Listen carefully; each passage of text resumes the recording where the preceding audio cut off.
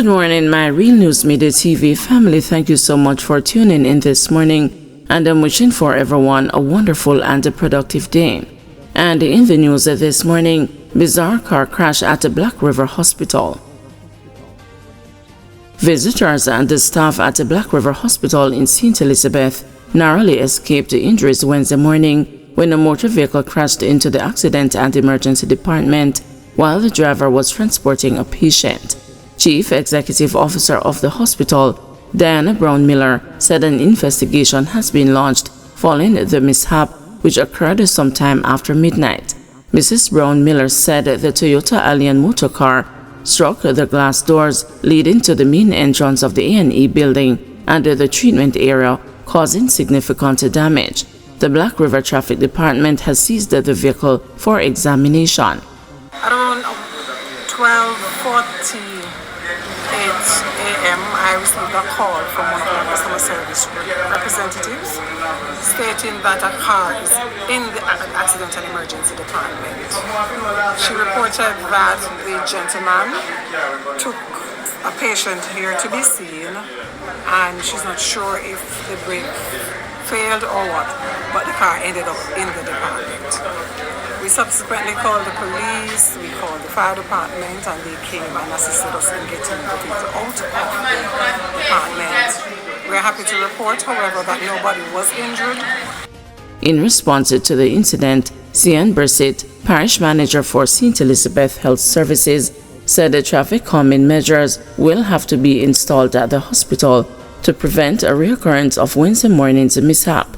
Mr. Brissett said the incident suggested that the driver disobeyed the speed limit on the compound.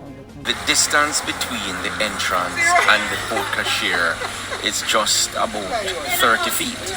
So I would not expect that somebody could have been exceeding speed to the extent that they couldn't stop right in the A&E and ended up inside the waiting area. And to make things worse, the person proceeded to start the car and now ended up in the accident and emergency passageway.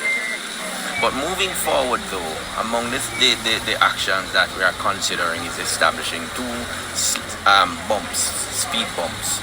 These are some considerations along with barriers that wide enough for stretchers and wide enough for other activities, but not wide enough for a vehicle to enter. Parents urged to register on portal before Friday to access PEP results.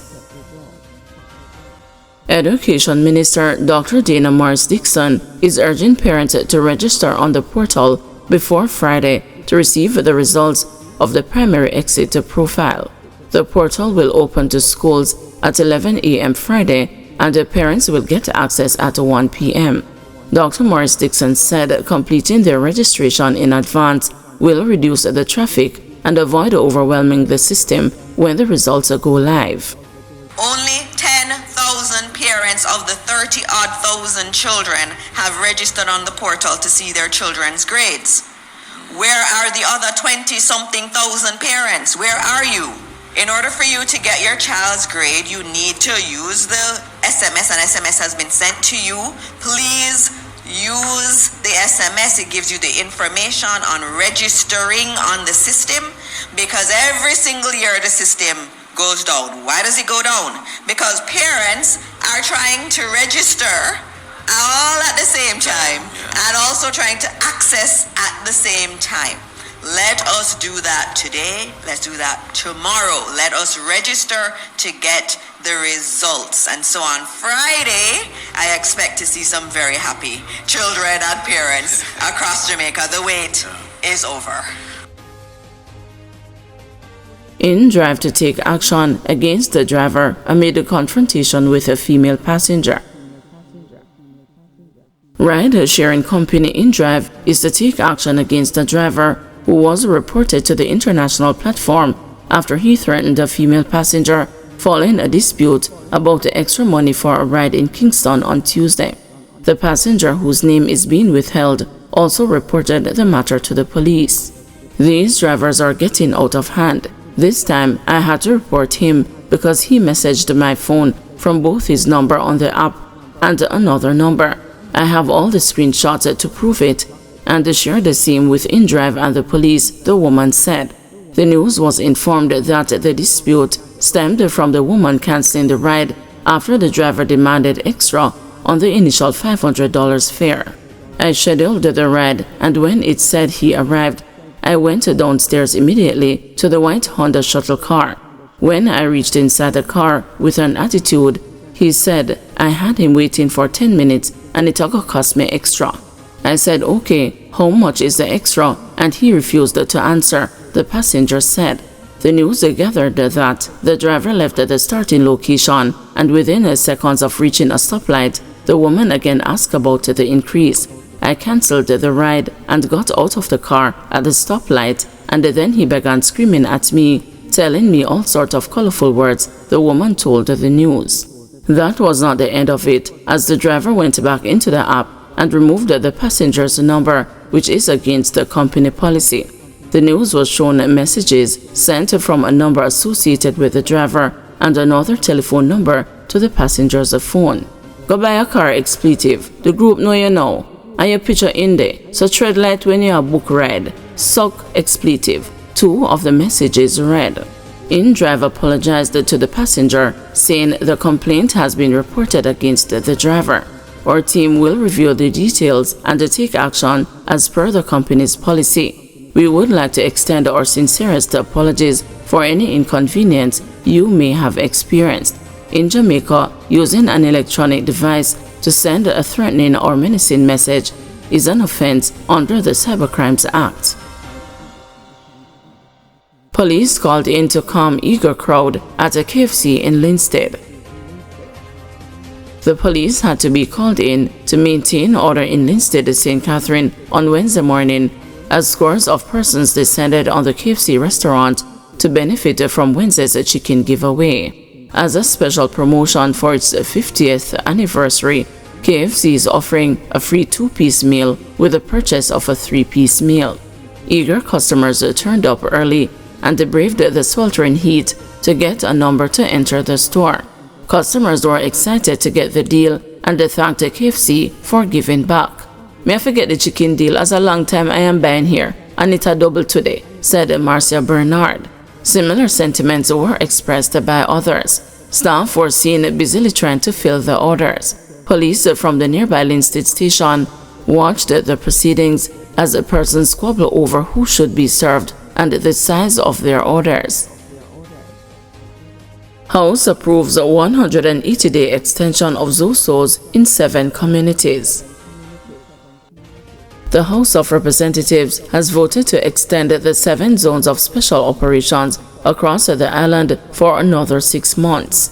The ZOSOs, which were due to expire next Monday, are in effect in Mount Salem, Denham Town, Augusta Town, Greenwich Town, Norwood, Parade Gardens, and Savannah Lamar.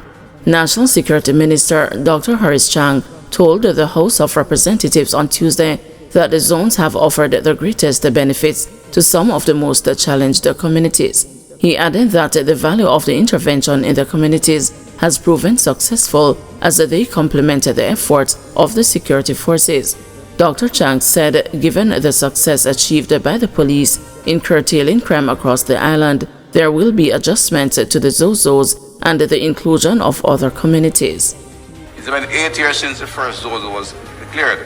There can be no denying that these measures have been impactful and are yielding dividends. The people living within these zones are now having a sense of hope for the future and the future of the community.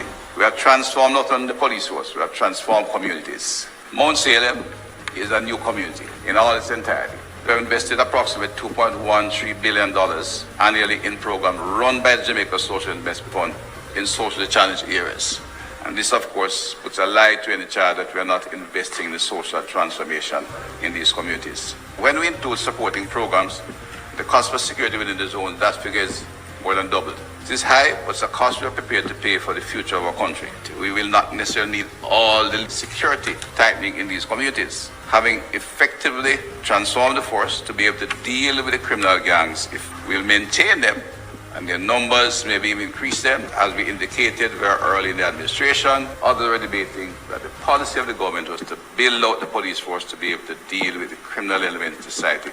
While in the short term, we use extra strong legislative measures. We will not only seek the extension, but we will be looking at scaling this activity up very soon as we continue into the new financial year to cover additional communities where we may do hold and build as the principal activity, since the police is now clearly on top of the criminal gangs that used to torture our society. Dr. Angela Brownberg, MP for St. Andrews Southwestern, which includes Greenwich Town, voiced her support for the extension of the zones, called for more to be done for residents in the communities involved. The community coming together and all the different agencies meeting as one is important. I believe, however, that we have lost the opportunity to fully engage members of the community in the way we could have. And I am not saying that this is a failure of the minister. I'm just saying in terms of how it works. And then when I look on 1,100 households and I think of the summer camps, when you look on the number of children who have benefited from the summer camp, the question that still is left in my mind is, what is the demand and what portion of that demand are we satisfying? Guys, thanks for watching. Please join us this afternoon at 2 p.m. for another news update.